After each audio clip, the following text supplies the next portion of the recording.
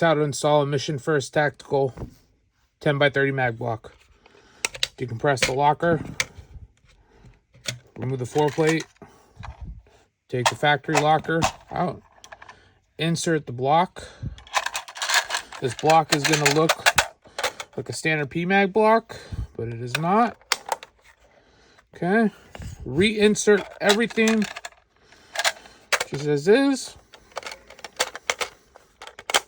Put back together. Function test. 1, 2, 3, 4, 5, 6, 7, 8, 9, 10. You could just barely get an 11th round in.